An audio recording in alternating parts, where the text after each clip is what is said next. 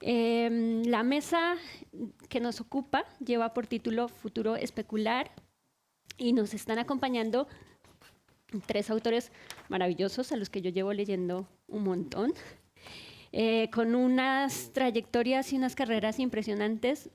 Voy a mencionar muy poquitas cosas para que nos dé más tiempo para la discusión. Laura Fernández nació en Terraza, es autora de 6 novelas. Probablemente todos hemos leído La señora Porter no es exactamente Santa Claus, que fue distinguida con el Premio Ojo Crítico de Narrativa 2021, con el Finestres en Narrativa Castellana del 2021, por las librerías también. Muchísimos otros premios, la mención especial de Ciudad de Barcelona también. Ha sido traducida al francés, al italiano, al inglés, al japonés. Es que me estoy saltando un montón de cosas, perdón.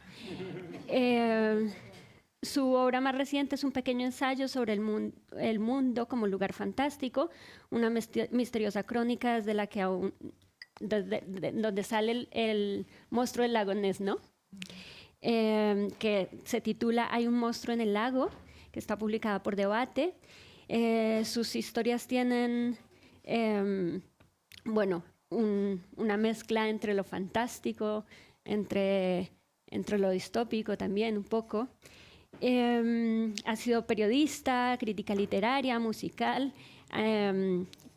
Has entrevistado a un montón de escritores. De hecho, una de las novelas es sobre un planeta en donde hay escritores, ¿no? Hay muchos escritores. Actualmente escribe principalmente para El País, aunque ha colaborado en una infinidad de medios en el pasado, y también trabajó en un videoclub y montó una banda. Y bueno, tiene 2 hijos y un montón de libros de Philip K. Dick. Marta Sanz es doctora en filología, ha publicado novelas, cuentos, ensayos, poemas. Entre las primeras está El frío, los mejores tiempos, que fue premio Ojo Crítico también en el 2001. Sus anhelos viejos, finalista del premio Nadal en 2006. Tuviste el premio Tigre Juan, que es un premio maravilloso, por Daniel Astor y La Caja Negra. Volúmenes de poesía. También me estoy saltando un montón de cosas porque colabora con El País, con la cadena SER, es docente de la Escuela de Escritores y su último libro es Los Íntimos, que está publicado en Anagrama del 2024. Y finalmente tenemos a Michelle Nieva, que no sé si es la primera vez que estás aquí en Madrid. ¿No? La primera vez que... Sí.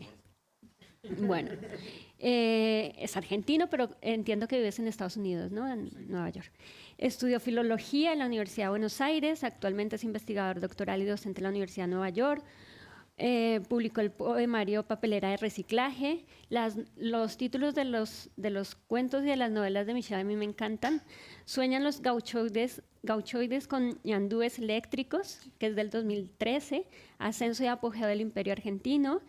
La infancia al mundo, los libros de ensayo Tecnología y Barbarie del 2020, Ciencia ficción capitalista del 2024, por el que vamos a pasar en esta mesa conversando un par de temillas.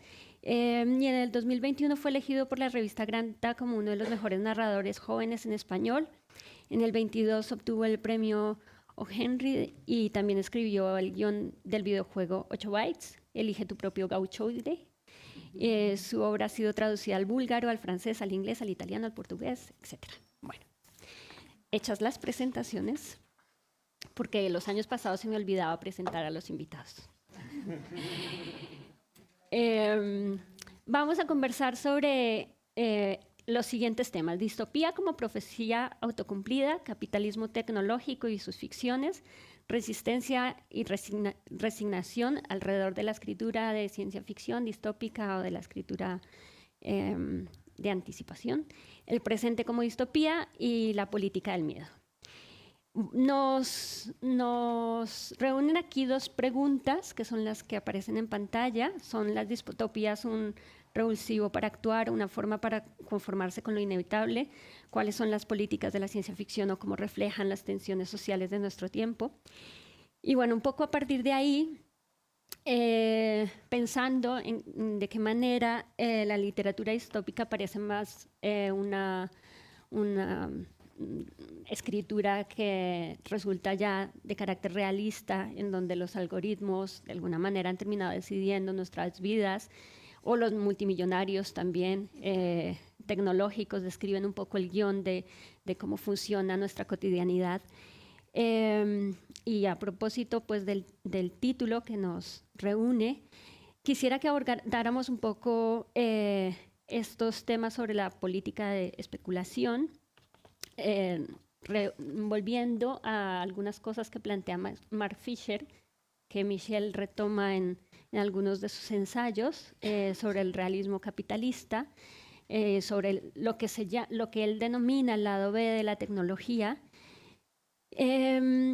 Y me gustaría que empezáramos que empezaran hablando sobre si consideran que la literatura puede ser realmente efectiva para pensar sociedades diferentes y construir discursiva y materialmente sociedades, otros futuros posibles.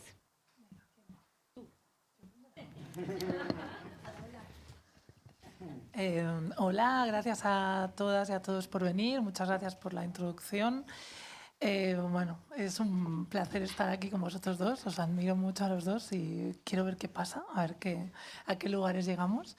Yo creo que la distopía siempre actúa, o sea, la literatura que intenta anticipar el futuro habla siempre de un presente exagerado, ¿no? En realidad está trabajando con las posibilidades de un presente que se diluye hacia un futuro posible y evidentemente actúa siempre para mí como un piloto rojo de cuidado hacia dónde vamos. De hecho, se sabe, y es probable, no lo recuerdo ahora si en alguno de tus ensayos lo mencionas, pero en momentos determinados de la historia de la humanidad se ha contratado a escritores de ciencia ficción en gobiernos para preguntar hasta dónde llega la trama. Es decir, al final, tanto Julio Verne inventándose un cohete, al final todo la trama, o sea, que encaje en la posibilidad de lo que podría pasar, está mucho más cerca de la mente de un escritor, o sea, poder anticipar el futuro, que no de la política realmente. La política está muy sumida en el presente y el escritor tiene todo el pasado consigo, vive mucho en el presente, ve todo lo que no le gusta y a la vez, porque como escritores tenemos esta enfermedad de acabar cosas, ¿no? De buscar un sentido a las cosas y darle un desarrollo, llegamos a lugares que pueden o no ser los lugares que vamos a habitar, ¿no? Y de hecho, prácticamente el mundo en el que vivimos, completamente distópico, estoy de acuerdo, y cada vez cualquier distopía que se escribe ahora está cada vez más cerca en el tiempo, ya no la mandamos a dentro de 300 años, sino que la mandamos a dentro de 10 o 20. Está hecha, o sea, el mundo que vivimos está hecho un poco de los trozos de mundos que se han imaginado en la literatura de ciencia ficción desde que existe, ¿no? Y detalles de cada uno. O sea, Philip K. Dick es muy en el sentido de la paranoia y la realidad como algo inatrapable y como una realidad múltiple y como algo que no acabas de ver y no acabas de entender. Pero Ray Bradbury hablaba cuando surgió la televisión, él temiendo que la televisión nos iba a comer el cerebro de habitaciones que eran una televisión con 4 paredes y que tú estabas dentro de la telenovela que estabas viendo, ¿no? Y que hoy en día estamos dentro del móvil constantemente y nosotros somos la historia que hay dentro del móvil. O sea, todos estos escritores lo han visto, pero porque han mirado su presente y han dicho, uy, esto que hemos inventado o esto nos puede llevar hasta este absurdo. Y ese absurdo es al que vamos siempre de cabeza, con lo cual para mí siempre funciona como una especie de piloto rojo y deberíamos hacerle caso. Y a veces se le hace caso, y a veces por eso nos da miedo leer, depende de qué cosas, ¿no? Pero también de decir que escribiéndolo te lo pasas muy bien, porque en realidad te estás riendo del presente. Yo tengo algo, lo que más se parece de lo que he hecho es Bienvenidos a Welcome, que lo hice como una diversión total y absoluta y claro, luego al cabo de los 16 años que han pasado me dijeron la última vez que me entrevistaron pero aquí hablas ya de las fake news y de todo y pensaba, pero es que eso ya existía, eso lleva existiendo desde que el mundo es mundo, solo que yo pues lo exageré, ¿no? Y al final se parece más al mundo de hoy que a nada, pero en realidad ya pasaba, así que sí.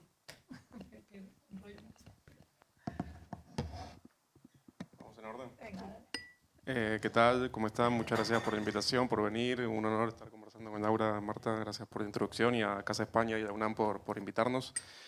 Bueno, eran muchos temas, así que difícil de ordenar. Pero bueno, por un lado creo que la ciencia ficción en esta época, o sea, la especulación propia de la ciencia ficción, como participa como de o sea, del capitalismo tecnológico, de alguna manera se apropió de cierta forma de especulación de la ciencia ficción.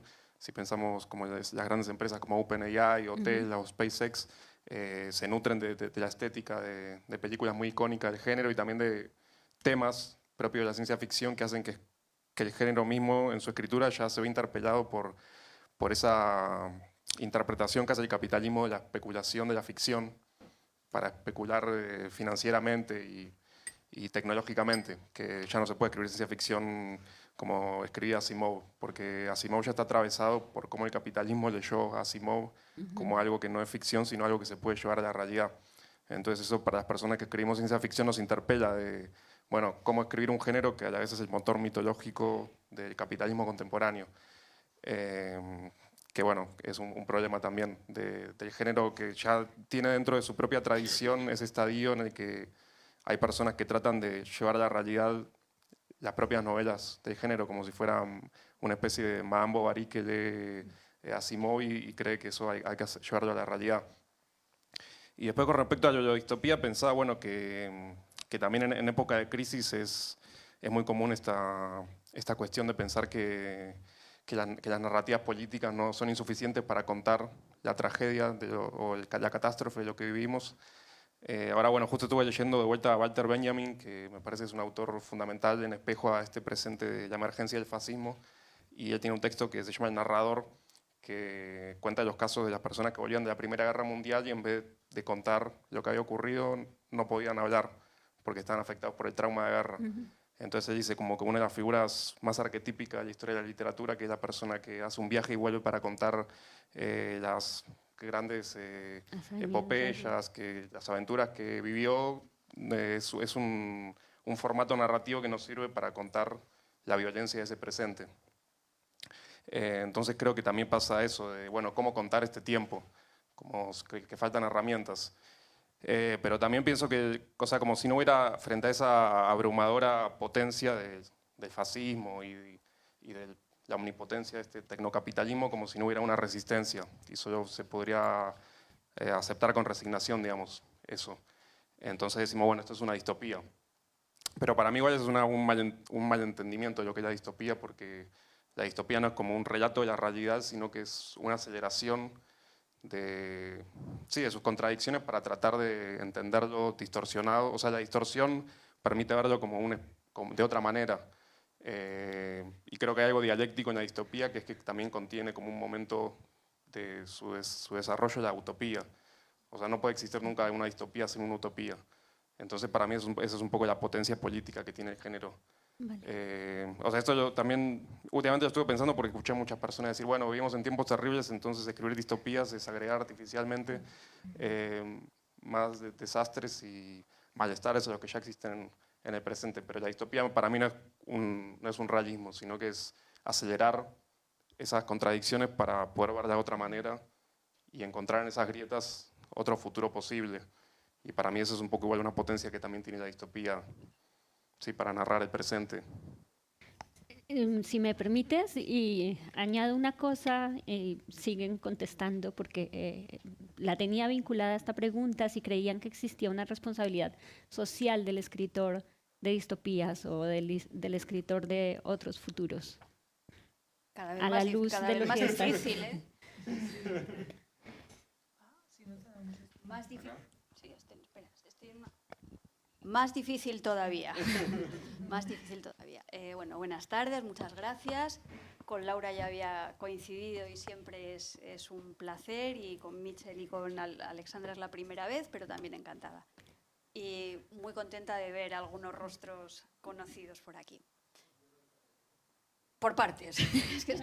Es muy complicado. Yo al final sí que creo, por empezar por el final y luego retomar lo que han comentado mis compañeros, yo creo que siempre existe una responsabilidad social por parte de cualquier persona que toma la palabra en público. No, que decir, o sea, cuando tú tomas la palabra en público, eso está significando algo en el sentido de que utilices un discurso vacío, un discurso asertivo respecto a la realidad con la que vives, que te quieras revolver como una lagartija, que quieras generar el virus del mal y de la subversión. Claro, siempre, incluso y esto lo hemos comentado muchas veces en otros encuentros en los que reflexionábamos sobre literatura política, aunque no quieras, tu palabra significa, se coloca dentro del espacio de posibles posiciones. O sea que en ese sentido, por supuesto, y creo que la distopía más. Y en este momento, no solamente por esa condición dialéctica que tiene la distopía, que estoy completamente de acuerdo con Michel, de que todo proyecto distópico tiene dentro un embrión utópico y al revés. Las utopías también pueden ser consideradas como distopías, sino que además creo que en el momento en el que vivimos, un poco el tono pejiguero, el tono en contra de las good feeling movies, el todo va bien, chicos, fenomenal, que a mí me parece absolutamente corrosivo y profundamente facha, en el sentido de que están responsabilizando a los individuos particulares de su malestar desde el punto de vista social y político, porque sistémicamente parece que tampoco hay para tanto, ¿no? Que al fin y al cabo este no es el mejor de los mundos posibles, pero estamos mucho mejor de lo que estábamos, chicos y chicas, de que os quejáis, hombre, por favor. O sea, aquí, ¿cómo vas a mirar la grieta? Si estás mirando la grieta, en realidad estás opacando. Yo creo que las sociedades no avanzan si no ves la grieta. O sea, creo que el primer camino para que una sociedad pueda avanzar tiene que ver con la visibilización de la grieta. Entonces, en estos momentos de un discurso positivo, en mi opinión, perverso, profundamente perverso para la salud mental de los seres humanos y profundamente perverso desde un punto de vista social y político, a mí la gente que escribe distopías me cae profundamente simpática. Y creo además que hacen lo que tienen que hacer, que es un poco meter el dedo en el ojo. A mí me preocupó mucho, por ejemplo, cuando estábamos en el momento de la pandemia en España, que hubo una campaña institucional que usó minutos de televisión para popularizar un eslogan que era «Basta de distopías». Bueno, yo en ese momento escribí una columna en El País, basta de distopías y sonetos con estrambote. O sea, es absolutamente ridículo, o sea, criminalizar un género literario, un subgénero literario, es una cosa absolutamente ridícula. Todo depende también mucho de la posición que tú adoptes dentro de ese género literario. Una distopía puede ser un instrumento político, aparte de una herramienta artística poderosísima para mantener un discurso progresista. Y de proyección hacia el futuro, y yo ahí estoy muy de acuerdo con Laura también, de diagnóstico sobre el presente. Yo creo, a mí las distopías que me han interesado toda mi vida son las que eran capaces de visibilizar todo lo que en un momento presente estaba funcionando mal. A mí me interesa el cuento de la criada. Y me interesan muchísimo los libros de Kurt Vonnegut, y me interesa muchísimo esa posición de Vonnegut cuando dice que el escritor es como el pajarito dentro de la cueva de la mina de carbón, que es el primero que detecta el olorcillo del grisú, ¿no? Entonces, a mí ese posicionamiento pues me interesa un montón, y creo que además forma parte. Si los escritores y las escritoras tenemos alguna naturaleza, que es una cosa esencialista que cualquiera sabe, pero sí que es una actitud, es la de observar. Creo que tiene mucho que ver con la capacidad de utilizar tu hipersensibilidad o tu ojo sucio o o tu capacidad para hacerte preguntas y tu incomodidad para hacer representaciones de lo real. Entonces, esa capacidad de observación muchas veces sí que te hace muy sensible a lo que está pasando y lo representas, ¿no? Entonces, sí, claro, sí y por supuesto. Y me ha encantado esto que ha dicho Michel de cómo, claro, estamos ya en un momento en el que percibimos la ciencia ficción a través de la interpretación que el capitalismo hace de la propia ciencia ficción y cómo además lo ha adoptado como imaginario. Yo recuerdo que cuando era jovencita, yo no soy particularmente amante de la ciencia ficción, tengo que decir. A mí me gusta más el terror y me gustan... Pero yo llegué a la ciencia ficción como... cuando era pequeña había una serie de televisión que se llamaba Espacio 1999. Yo te estoy hablando a lo mejor del año 74, 75. Yo flipaba con Espacio 1999, me parecía lejanísimo, estaba a la vuelta de la esquina. Pero para mí la ciencia ficción era como una especie de modalidad setentera de la decoración de interiores. O sea, no tenía que ver un poco con una manera de vestirse en las discotecas, tenía que ver con ese amor por los muebles de plexiglas y los entonces, entonces estoy aprendiendo muchas cosas. Ahora me estoy dando cuenta de que las formas no están vacías y eso está muy bien. Bueno, diremos más cosas, pero vamos por partes. Quisiera un poco que siguiéramos pensando, ahora que estamos en un encuentro que directamente convoca a creadores en lengua española, que habláramos sobre qué papel juega la clase social, el género, el espacio geográfico, pero sobre todo el espacio lingüístico en la construcción de esos mundos distópicos, ¿no? ¿Es Hispanoamérica, España, en su literatura un lugar de resistencia? ¿Podría serlo?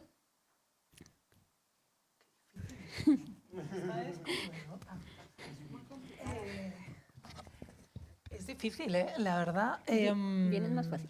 Yo diría que podría serlo, debería serlo, siempre debe serlo. Yo creo que la literatura siempre debe ser un lugar de resistencia, pero en lo que respecta al género, yo creo que estamos, quizá por las sociedades, evidentemente el género condiciona, o sea, ser hombre o mujer condiciona, no sé, no extrañamente yo escribo también así, o sea, escribo de forma libérrima, que yo no sé si lo que hago es ciencia ficción o no sé lo que es. Lo hago porque no me gusta nada el mundo tal y como está. Y eso tiene mucho que ver con el lugar donde nací, con cómo nací, con la familia de la que vengo. Y si hubiera nacido en otro lugar, si hubiera visto mundo, si hubiera sido más o menos, comillas, feliz o hubiera tenido más posibilidades, probablemente no me habría hecho escritora de ciencia ficción o de lo que sea que hago, ¿no? Que lo que hago es básicamente romperlo todo y decidir vivir no en la realidad, sino en una especie de sucedáneo que me invento cada vez y donde todo es posible y donde yo quiero que sea así, ¿no? Porque no me gusta nada como es el mundo en el que nací. Entonces creo que es determinante ser quien eres para acabar escribiendo lo que escribes, eso siempre es así. Y creo que nuestros países también, por las condiciones que han vivido, cada uno de ellos a su manera, por las imposiciones que han vivido, en España, vamos, o sea, larguísima. Yo nací ya después de la dictadura, pero vine a un mundo donde todo estaba floreciendo, pero que todo estaba todavía ahí. O sea, toda la dictadura rompe, digamos que aniquila todo lo verde durante muchos años. Y mi abuela no sabía leer, mi madre pues apenas fue al colegio, entonces de repente yo he ido a la universidad, ¿no? O sea, hay un montón de cosas que el género sí que te invita a quejarte, a estar fuera, a convertir cosas imposibles en posibles. Para mí la literatura que hago me permite ser mucho más quien yo querría ser que si me hubiera hecho un realismo. Porque si yo hubiera escrito realismo, la vida que he tenido, pues la he tenido que vivir, pero ojalá hubiera podido vivir como mis personajes, ¿no? Ir alguna vez de vacaciones o no sé, cuando era pequeña, o tener, no sé, tener nombre en mi calle o cosas así.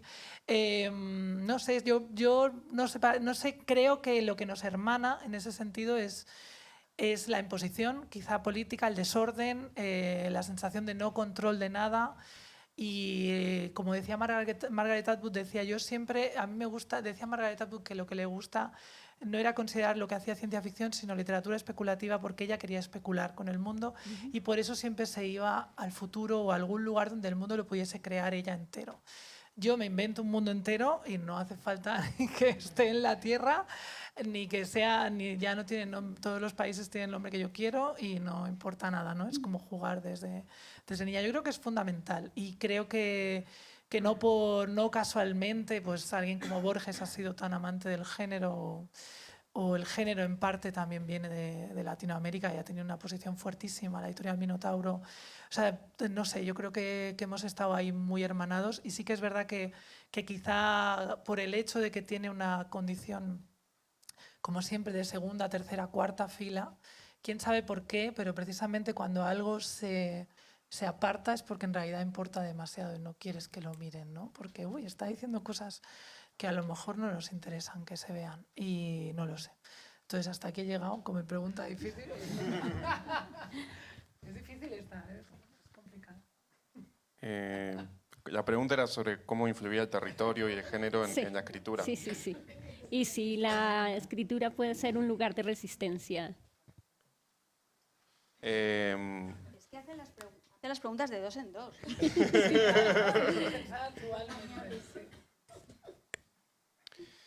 Bueno, a mí me parecía importante situar mi escritura desde Latinoamérica y también en castellano rioplatense, porque o sea, la abrumadora mayoría de la ciencia ficción fue producida del norte y que en el siglo XX fundamentalmente de Estados Unidos. Y bueno, me acuerdo ya revistas en Argentina que tenían como introducciones que eran como, bueno, los países industriales por su, digamos, como relación más próxima con la tecnología tienen como un lugar de legitimidad para escribir ese género. Entonces, bueno, en Argentina era como, bueno, tenemos que leer a estas personas porque son las que realmente pueden escribir ciencia ficción porque tienen el acceso a la tecnología y nuestros países lo pueden consumir, digamos, como también consumimos su tecnología. Y entonces, bueno, como hay una acumulación de futuros producidos del norte que genera la sensación de que ese es el único futuro posible y que no hay otra alternativa. Que bueno, que también tiene que ver con cómo opera el capitalismo, que es produciendo el futuro a través de las finanzas, digamos, vendiendo valores futuros de las materias primas, de cuánto va a valer el carbón en 20 años, el petróleo, y eso repercute en el presente como un futuro que ya existe en cierta forma, porque ya se materializa en estas relaciones financieras y digamos, en esta ficción. También del mainstream, pero de la literatura o de la industria cultural, pero también del capitalismo. Entonces está esta idea, se produce esta idea que ese es el futuro y ya existe.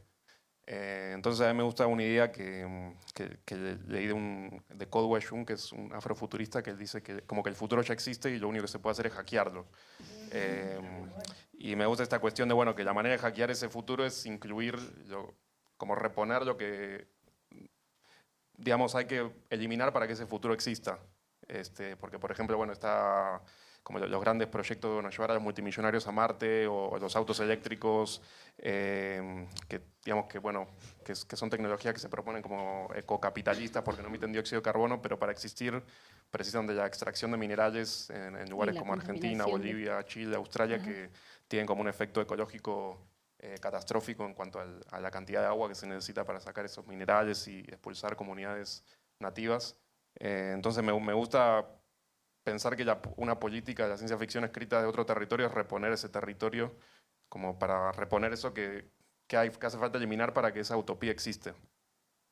Entonces para mí es muy importante lo territorial en mi escritura y bueno, por ejemplo en mi última novela, La infancia del mundo, parte de un mapa que es como sería Sudamérica cuando se derritan los hielos antárticos y como los multimillonarios hayan emigrado a Marte y bueno, ¿qué pasaría cuando se cumple esa utopía capitalista en Sudamérica?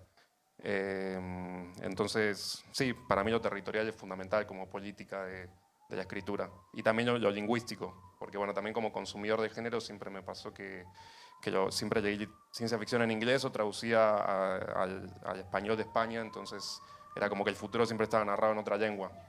Entonces me gusta también en mi escritura que en este futuro se hable en rioplatense.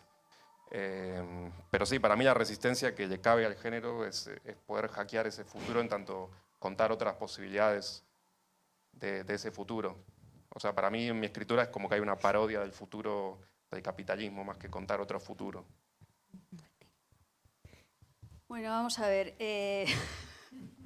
Menos mal que abrís. Yo estoy aquí, como ya soy más mayor, pues yo espero. Son estrategias también. Yo creo que cuando yo escribí Persianas metálicas bajan de golpe y escribí Persianas metálicas bajan de golpe haciendo una distopía a propósito para contar lo que estaba cambiando mi visión del mundo durante la pandemia y cómo esa pandemia había hecho que mi relación con eso que se llaman las nuevas tecnologías y las redes cambiaran radicalmente, porque yo soy un diplodocus, yo soy un animal profundamente analógico, y entonces de repente en la época de la pandemia me di cuenta de que probablemente seguía siendo el mismo animal analógico, pero además jugaba al Candy Crush. Y la cabeza me estaba empezando a funcionar raro.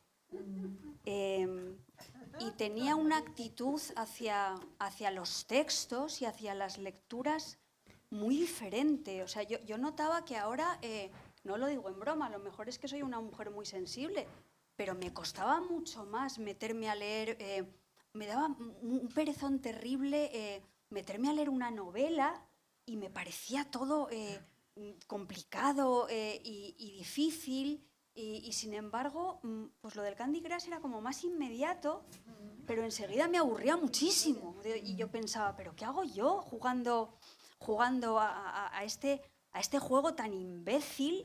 ¿Y qué hago yo ganando corazones y caramelos? ¿Y qué hago yo, una señora culta, doctora en filología? Y estaba allí pero enfangada completamente. Claro, el Candy Crush es una cosa muy estimulante porque te dicen, ¿es usted campeona junto con la segunda china? Digo, usted ha superado un panel más. Y entonces todo estaba ahí. O sea, mi relación con la máquina, con el móvil, mi dominio de las nuevas tecnologías, con el Candy Crush, todo fantástico. Pero yo iba sintiendo de verdad cómo el cerebro se me iba progresivamente agusanando, pero agusanando, y me estaba convirtiendo en una adicta repugnante. No todos los adictos son repugnantes, pero yo sí que lo era, una adicta repugnante y endulzada. Entonces, cuando yo escribí este libro para hablar de estas cosas, yo que no tenía ni idea, lo publiqué y me dijeron, esto es ciberpunk. Y yo dije, ostras, es ciberpunk. Y sí, es verdad, era ciberpunk, porque me dijeron, no, por resumir, Blade Runner es ciberpunk. Y, sí, efectivamente, eso es ciberpunk. ¿Por qué digo esto? A mí, algo que me interesa profundamente del lenguaje, de las posibilidades del lenguaje, de la ciencia ficción como género y de la literatura en términos a lo bestia, tiene que ver precisamente con esa capacidad de resistencia. A mí me interesa el lenguaje y me interesan las idiosincrasias lingüísticas y me interesa una lengua que no pueda ser globalizada, una lengua que no pueda ser gentrificada por el poder y el dominio de los medios de producción y de los medios de comunicación. Y creo que esa herramienta de resistencia está en la literatura. En Persianas metálicas bajan de golpe yo planteaba una situación en la que 3 drones se iban humanizando en su proceso de observar a 3 mujeres que eran capaces de generar en la máquina una fascinación tremenda, a partir de la cual ellos cada vez desarrollaban más su sintaxis, su léxico, buscaban más referentes culturales, iban construyendo algo parecido a la afectividad. Y eso se colocaba en paralelo al adelgazamiento del lenguaje de esas 3 mujeres que eran observadas. Y el adelgazamiento del lenguaje de esas 3 mujeres que eran observadas, pues era un poco lo que os acabo de contar del Candy Crush.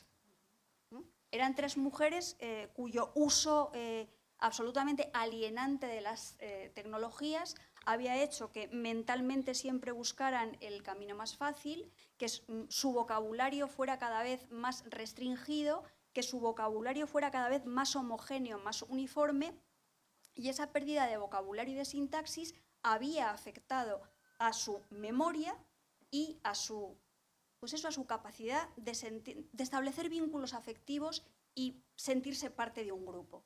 Entonces, yo creo que eso en realidad, y aquí está mi naturaleza de vivir la realidad desde la distopía, yo creo que eso está sucediendo.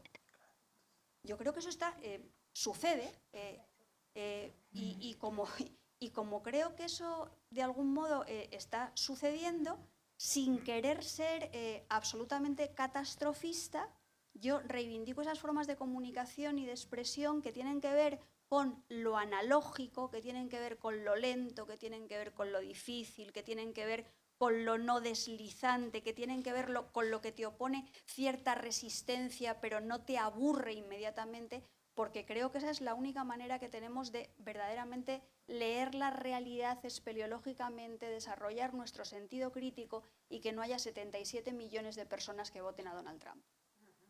Y creo que al final el discurso literario y el discurso cultural y ese amor por un lenguaje que no sea homogéneo y que no esté absolutamente gentrificado, se relaciona directamente con la situación política en la que estamos viviendo en los últimos tiempos, donde también hay un componente evidentemente económico tremendo y de desencanto respecto a los valores de lo que ha sido una ideología progresista que se siente que ha traicionado a las clases trabajadoras, pero donde el lenguaje también es absolutamente fundamental. Yo creo que vivimos en una esloganización de la política y en una especie de reducción de la realidad a universo instagrameable.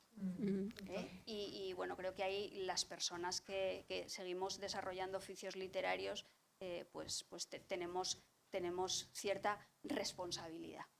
Introduces tres cosas que tenía yo a continuación y me has hecho el trabajo, porque pensaba mencionar lo de persianas metálicas bajan de golpe precisamente para hablar sobre el mundo tecnológico y de qué manera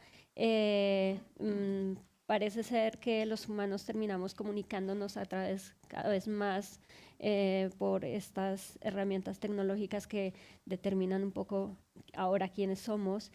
Y quería que continuáramos un poco por ahí conversando sobre cuál creen que es el papel de la tecnología en la literatura, concretamente en la literatura, y hasta dónde también la tecnología ha modificado el propio oficio de la escritura. Yo, si queréis aquí empiezo porque voy a ser muy breve, porque en realidad yo soy muy analfabeta desde el punto de vista tecnológico, insisto, yo soy un diplodocus analógico. Fijaos, me he dejado mi cuaderno y he tenido que apuntar en la servilleta. Yo necesito un papel, necesito un lápiz, necesito apuntarme las cosas. Elia Barceló me parece que también viene aquí con su cuadernito. Y, entonces, yo en ese sentido tengo bastante poco que decir. Me interesan mucho los libros que utilizan las tecnologías como un filtro de nueva representación de la realidad, y entonces eso se traduce en una utilización del lenguaje corrosiva, poética y desestabilizante. Me acuerdo de un libro que se titulaba La máquina de cuotas, de un escritor alemán llamado Norman Ohler, que a mí me conmovió muchísimo.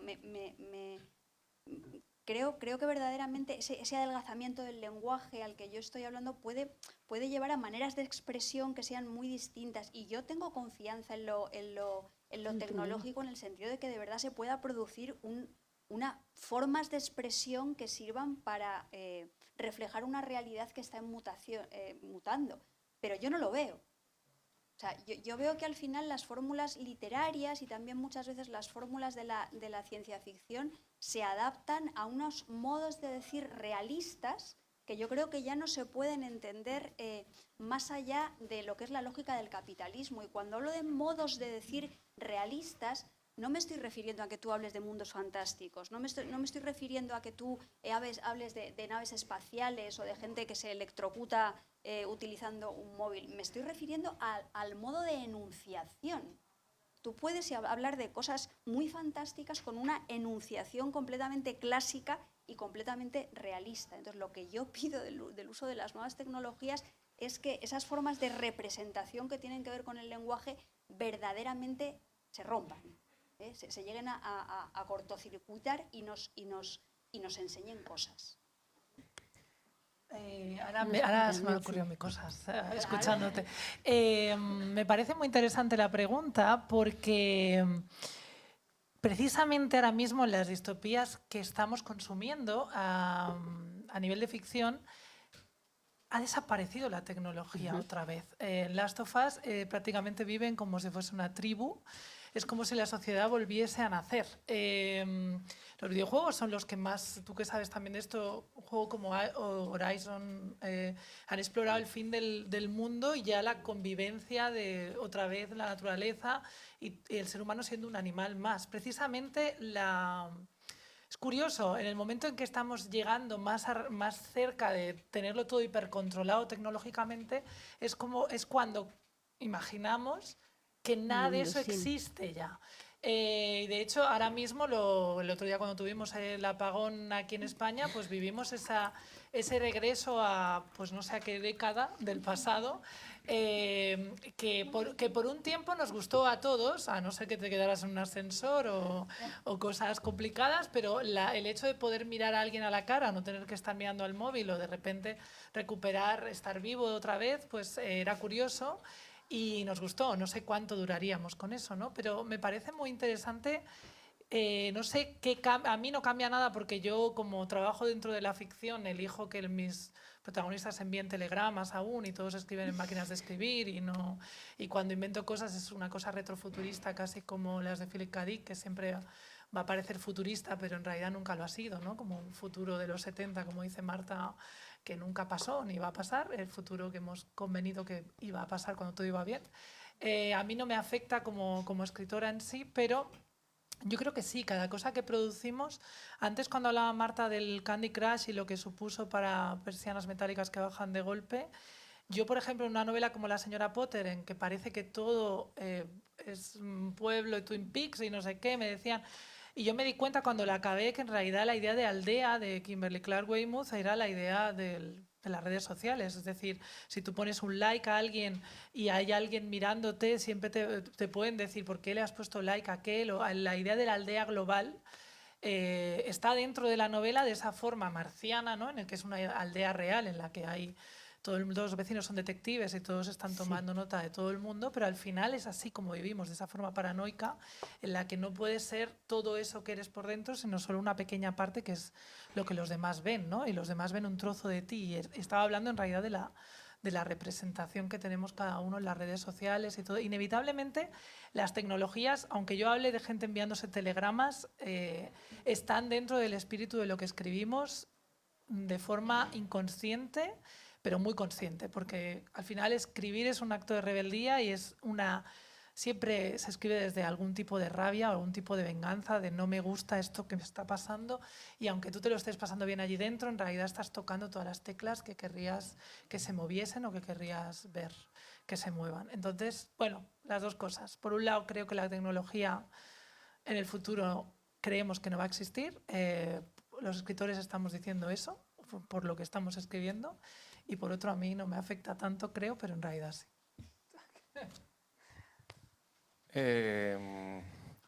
Bueno, me quedé también pensando lo que decía Marta de la tecnología y cómo se homogeneiza la experiencia y la cultura. Que bueno, pasa con los modelos de lenguaje que están entrenados, digamos, para producir imágenes o textos que son un epifenómeno de la estadística, que es lo más esperable de cómo va a ser un texto o una imagen. Me pasa, bueno, por ejemplo, corrigiendo el semestre pasado que tuve que dar clases, que fue el primero con la existencia de ChatGPT, que los estudiantes, bueno, lo armaban con el ChatGPT los trabajos, que por cierto igual ya era arcaico como estaba pensado la manera de hacer el trabajo para mí, porque si podía ser reemplazado el estudiante por ChatGPT porque estaba mal planteado la consigna, pero bueno, en fin, más allá de eso, como que los estudiantes hacían el texto y pensaban que había quedado muy lindo, pero cuando lees 50 trabajos hechos con ChatGPT son todos iguales.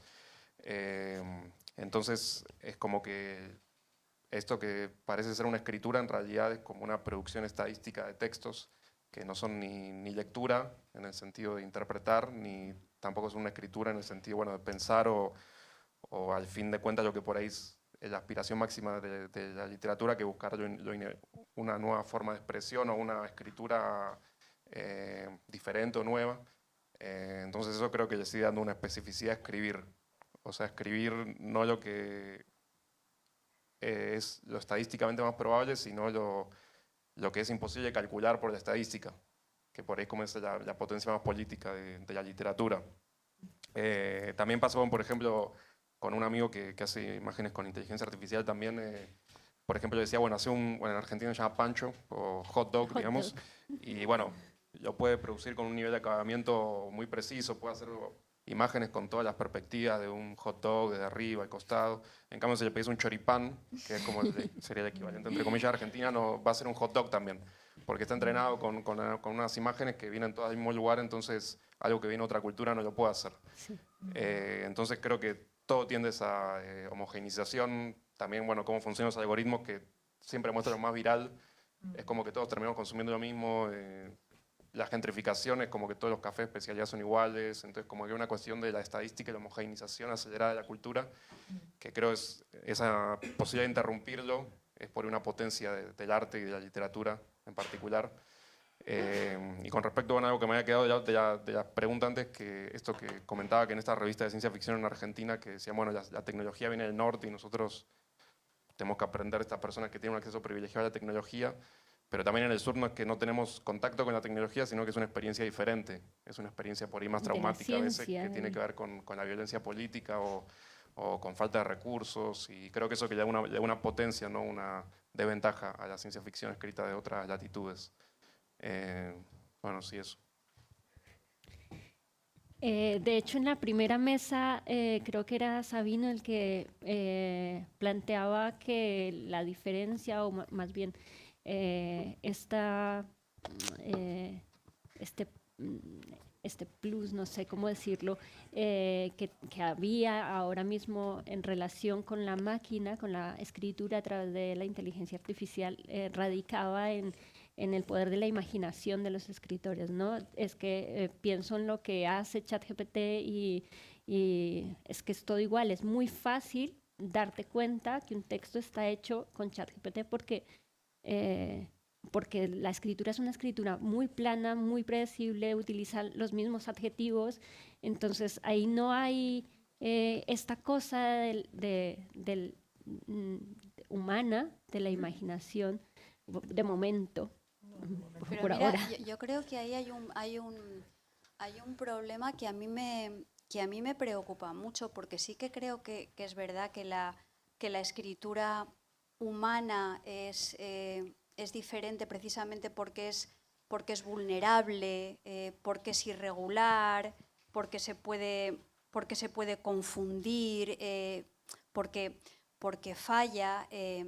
Pero al mismo tiempo, si eso lo vemos desde el punto de vista no de la creatividad, no de la escritura, sino desde el punto de vista de la recepción, y nos damos cuenta de cómo poco a poco, como seres humanos, perdemos el sentido de la orientación porque utilizamos permanentemente Google Maps, o perdemos parte de la memoria y la capacidad de relación conceptual porque se lo preguntamos todo a Google, o yo qué sé, o hemos perdido la capacidad de cálculo. Claro, ya solo están las calculadoras humanas de los concursos televisivos, porque ¿quién se acuerda de cuántos son 9 por 8? Yo no.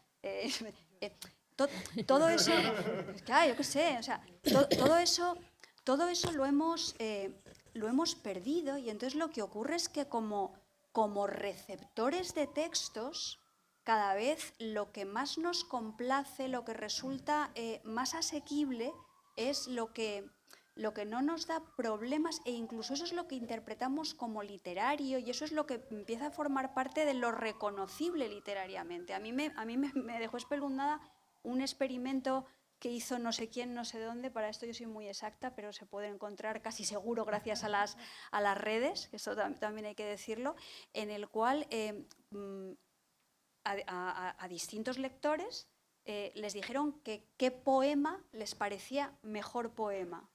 Y pusieron pues, poemas reales de Federico García Lorca, de Walt Whitman, de diferentes autores, y luego pusieron poemas generados por el chat GPT y poemas generados por el chat GPT a la manera de.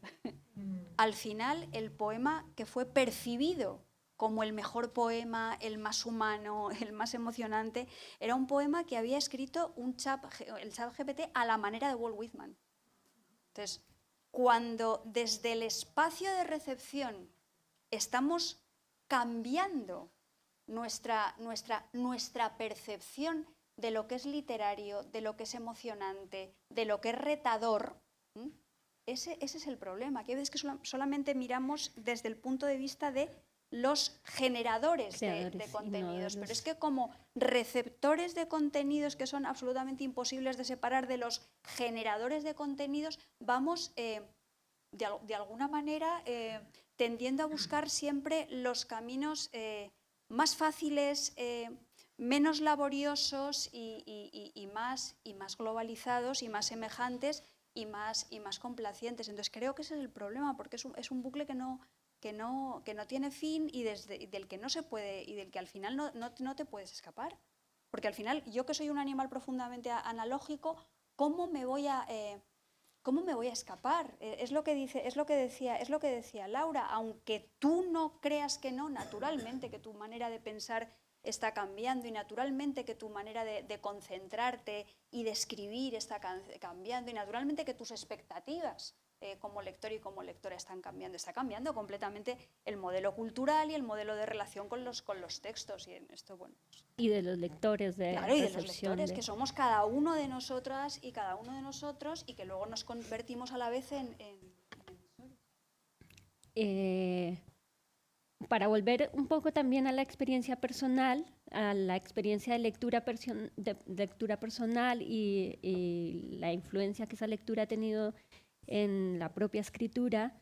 Al comienzo en la presentación mencionaba la novela de Laura, en donde hay un mundo que se llama Red Trick, ¿sí?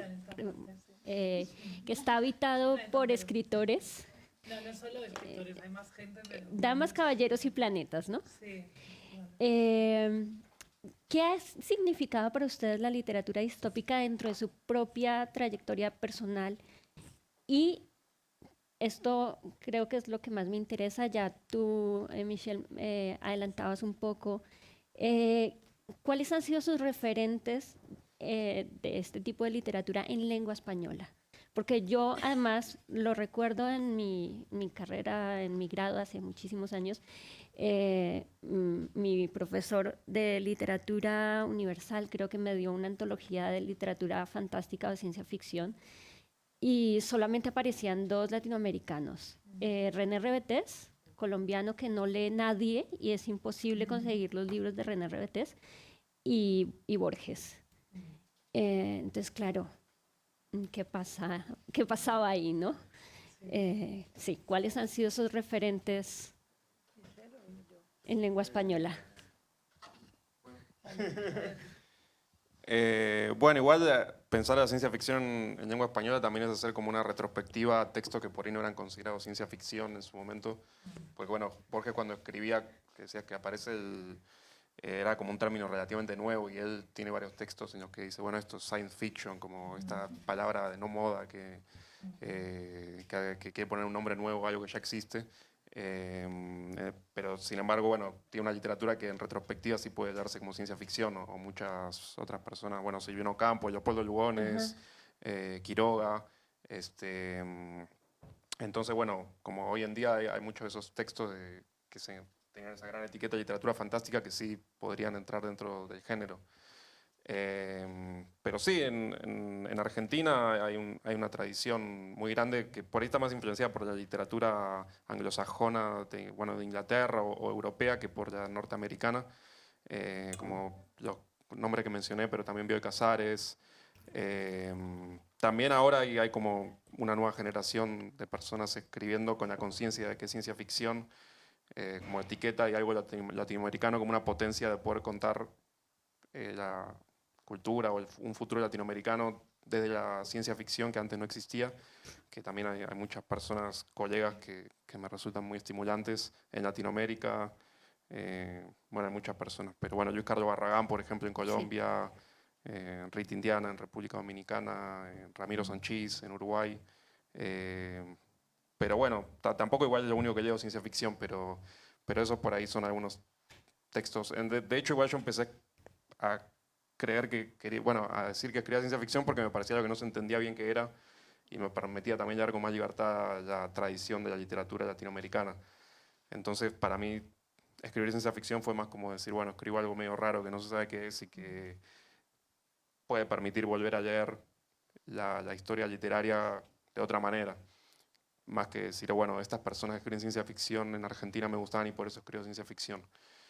Entonces fue como algo al revés en realidad, porque no había mucha gente escribiendo eso que me parecía interesante por ahí leer la historia argentina desde la ciencia ficción, que también me parecía un procedimiento interesante porque como el cyberpunk, que tiene esta cuestión de, bueno, un futuro precarizado y violentado por la tecnología, como que permitía hablar muy bien como la modernidad fallida de Argentina y un montón de procesos que se tomaron por civilización, implicaron genocidios y, sí, y expropiaciones económicas y territoriales. Entonces es un género que igual a mí me interesó más como para releer la historia argentina que el Martín pensando... Fierro, ¿Qué? El Martín Fierro, que es esa civilización barbarie. Que claro, claro, o Sarmiento, el Facundo. Ajá, exacto. Que pensando, bueno, están todas estas personas que escriben ciencia ficción y me quiero inscribir en esa tradición. Yo ni españoles ni latinoamericanos.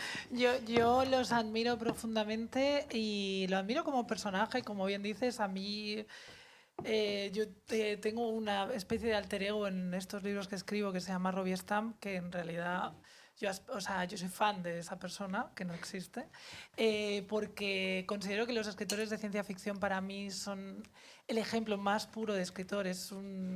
Es alguien apasionado que está fuera por completo del sistema. Los escritores de ciencia ficción están siempre fuera del sistema.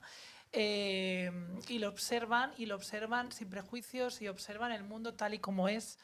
Como decía Ursula K. Le Guin, son realistas de una realidad más amplia porque al final, ahora mismo todos, aunque estemos aquí y esto parezca muy corriente y normal, estamos en un planeta también que va a toda velocidad por el espacio ahora mismo y no somos para nada conscientes. Si cambiáramos la forma de ver el mundo, estamos todo el rato en una novela de ciencia ficción sin parar.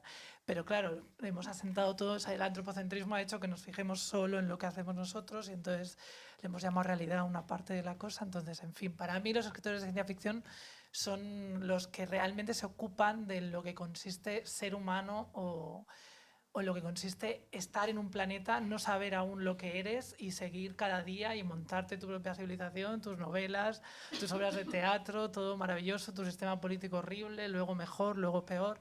O sea, lo veo todo como un juego, literariamente hablando, y creo que los escritores de ciencia ficción juegan con todas las piezas y el resto juegan solo con unas pocas. Y por eso creo, sin parar, escritores de ciencia ficción en mis libros, pero mi tradición es completamente norteamericana, es prácticamente, porque tampoco soy muy lectora, se circunscribe a Philip K. Dick, Robert Sheckley, Douglas Adams y poco más, porque no Fredric Brown, o sea, autores además que tienen el músculo humorístico muy entrenado, Vonnegut, el primero de todos. De hecho, para mí, Kilgore Trout, ese personaje que él crea como escritor de ciencia ficción que aparece en sus libros y que le sirve de válvula de escape para todo lo hiperrealista que él ha vivido en la Segunda Guerra Mundial y demás, es un ejemplo de hasta dónde puede llegar uno, no solo con el género, sino con el personaje de un escritor de ciencia ficción que lo desbloquea todo de repente. Pero para mí, lamentablemente, tanto... De momento, la literatura en español que he podido leer, excepto tus libros, que me gustan mucho, está demasiado atada a la realidad y a la política, no está tan libre como esta otra, ¿no? Philip K. Dick estaba más tratando de en qué consiste ser humano, aunque aparecía mucho el tema de los espías y la época esta de la Guerra Fría, pero estaban mucho más libres que ahora ya no, del sistema político que nosotros, yo creo, y no sé por qué, si es por eso, porque a mí no me ha llegado, porque no se le llamaba género aquí o no lo sé, pero yo no soy capaz de decir, aparte de Michelle Nieva y la novela de Marta, y bueno, y algunos de los que haya habido ahora, no soy capaz de decir antepasados, obviamente Bioy Casares, Borges, pero cosas muy concretas no se ven a simple vista tampoco, y no sé si están recuperados bien o no. Yo cuando estuve en Argentina sí que es verdad que compré muchos libros de autores que estaban siendo recuperados y ya sí, pero si no era muy consciente. Pero bueno, aquí... A mí me pasa un poco lo mismo que a Laura, pero yo tengo menos conocimiento de la literatura anglosajona de la que tiene Laura. Para mí mi referente fundamental, y de hecho yo hablo de él todos los años en la escuela de escritores donde imparto clases, es Borges. Para mí es que decir, era el punto de partida. A mí siempre, a mí me interesa mucho eso, como en la literatura fantástica, cuando se habla de género de terror se dice que las cosas familiares se vuelven extrañas, y cuando se habla de ciencia ficción se dice que las cosas extrañas se vuelven familiares. Entonces creo que al final ese movimiento conecta a partir de la idea de lo siniestro, y lo que ocurre es que lo siniestro en el terror a veces tiene una resonancia más psicológica y más íntima, mientras que lo siniestro en la ciencia ficción tiene una reverberación más colectiva y más política. Entonces, a mí ese tipo de literatura siempre me ha interesado muchísimo, aunque reconozco que dentro de la ciencia ficción mis primeras fuentes, aparte de 1999 de la televisión, era un TVO maravilloso que se llamaba Flash Gordon.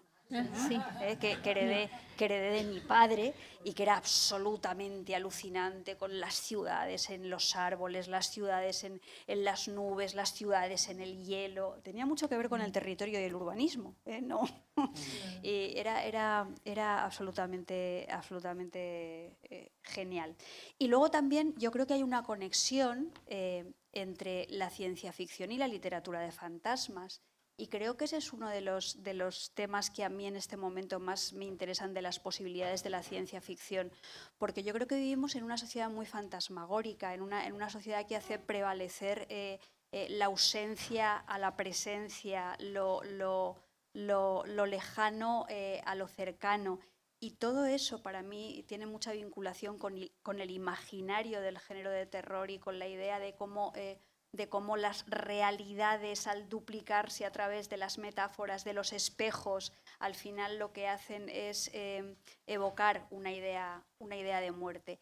Esa literatura, ese imaginario poético a mí siempre me han interesado mucho, pero nunca lo he leído dentro de la ciencia ficción explícita. Como escritora de ciencia ficción actual me interesa Laura Fernández. A Michelle lo estoy conociendo. Es verdad, te estoy leyendo ahora.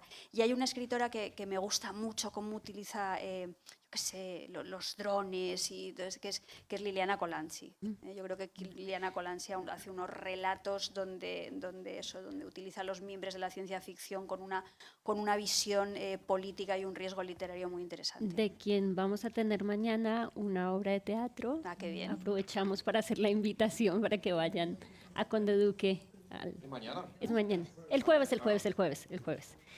Pues yo, como estoy en los mundos de Yupi, no lo sabía, pero me viene. El jueves, sí. Y es que, claro, mientras estabas mencionando tus referentes, yo pensaba, en Latinoamérica sí que circulan muchísimos más autores, y hay una producción de literatura distópica y de ciencia ficción mucho más amplia. Estoy pensando que acaban de reeditar una novela de Pinedo que se llama Plop. Creo que la edición era del 2012 o por ahí, y la acaban de reeditar. Está Ramiro Sanchís, que tiene todo Bueno, hay infinidad de autores. Me quedan muchísimas preguntas. Creo que exagero un poco con la preparación de esto, pero quiero darles tiempo para que ustedes pregunten, comenten si tienen alguna intervención por allá atrás. ¡Ay! Hola, ¿sí? ¿Ahora? Vale. Bueno, yo quería hacer una pregunta en base a algo de lo que habéis estado hablando. No sé, habréis hablado sobre, bueno, no del todo, pero sí que habéis mencionado el tema de las utopías. Entonces, creo que, bueno, no sé si estáis de acuerdo que a día de hoy creo que cobra más protagonismo el tema de las distopías que las utopías en sí. No sé si igual estoy en lo cierto, pero creo que o sea, en general estamos muy influenciados por la distopía, ¿no? Y las distopías pues como que cobran un gran protagonismo. No lo veo como algo, digamos, negativo, sino como algo como que estamos alcanzando una madurez, posiblemente, en cuanto a madurez social, ¿no? Entonces, veo que por otra parte, esa madurez social tampoco nos está llevando a cuestionar, o sea, nos lleva a cuestionarnos cosas, pero no a tomar a lo mejor partido en determinado, o llegar a la acción, ¿no? Entonces, pregunto si no sería esa la distopía general a día de hoy. No sé. Es el día de las preguntas difíciles. No, pues me alegro de haber hecho la fácil. Bueno, gracias por la pregunta. Sí, o sea, creo que una de las resignaciones de nuestro tiempo es que la utopía fue apropiada, digamos, por el capitalismo, o sea, la idea de pensar como un futuro que solucione como los grandes desafíos de nuestro tiempo. Sí, bueno, como la tecnología, bueno, qué va a pasar con la tecnología, el cambio climático, como que las grandes narraciones provienen de los centros de poder capitalistas de Silicon Valley, de empresas como SpaceX, con toda esta fantasía, bueno, de viajar a Marte, de cómo la inteligencia artificial va a permitir trascender las fronteras biológicas, y digamos carecemos por completo de un discurso de izquierda que proponga una narrativa tecnológica. Entonces eso es como que pone del otro lado como que la única respuesta a eso es ser tecnofóbicos, y me parece que es como una pereza del pensamiento también decir, no, bueno, la inteligencia artificial no sirve para nada, que por más que lo que dijimos obviamente es una revolución tecnológica. Entonces creo que el lugar un poco de la ciencia ficción es especular otras relaciones con la tecnología diferentes a las del presente, que a fin de cuentas, bueno, la política es una red social, y hoy en día, bueno, quedó demostrado cuando ganó Trump que estaba Mark Zuckerberg, Jeff Bezos, Elon Musk en la Asunción, y era como, bueno, de repente toda nuestra vida depende de un producto que es de estas personas que tienen tanto poder que no podemos salir porque la única alternativa es el ostracismo social. Es como que ya no hay otra alternativa que no sea estar en Instagram o en TikTok. Entonces, me parece que la utopía como un futuro mejor no es algo digamos, sea parte de la literatura, porque la literatura no es una propaganda política, pero sí la ciencia ficción creo que puede tratar de especular otras relaciones de lo social y la tecnología diferentes a las que son la del presente, que parecen carecer de una alternativa. Y esa es por ahí la potencia del arte de ciencia ficción. Pero también hay una urgencia de pensar otras maneras de relacionarse con la tecnología que no sean las del tecnofascismo contemporáneo, digamos, que la izquierda no aporta carece de discursos y de ideas de pensar otras maneras de la tecnología que no sean las del presente.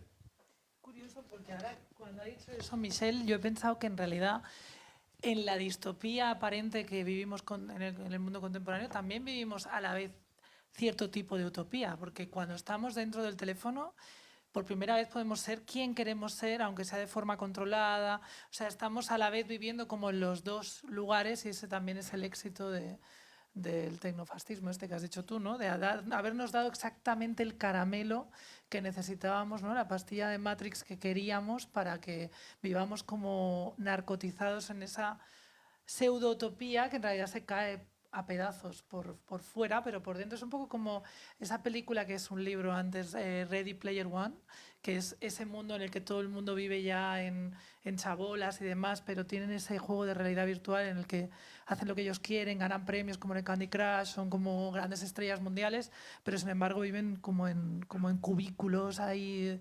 Y su vida real es inexistente, ¿no? O sea, cada vez bascula más en eso. He pensado de repente que tiene un cierto sentido utópico la manera en que vivimos dentro del teléfono y por eso tampoco salimos de ahí. O sea, nos gusta mucho más la vida real a los tecnófobos porque no tenemos alternativa de izquierdas. Decimos, no queremos redes sociales, pero una vez estás fuera piensas, también se estaba bien ahí, ¿no? Hasta cierto punto. No sé. Ahora... Yo creo que eso también tiene que ver, se enlaza con tu pregunta y con lo que acaba de decir Laura, con la pérdida de la carne. La pérdida de lo que son las posibilidades tangibles, la pérdida de la conciencia de lo físico. Yo muchas veces cuando estoy utilizando las redes con mi inexperiencia y con mi alfabetización analógica que intenta aprender lo otro después, yo me doy cuenta, esto lo he comentado ya con Laura alguna vez, de que por ejemplo amo desmesuradamente. En las redes mi amor es más amor que en ningún otro. Yo a ti aquí no te amo como yo te amo en las redes. Yo en las redes te mando corazones rojos que laten y yo qué sé, y enanitos de Blancanieves y lo que tú quieras.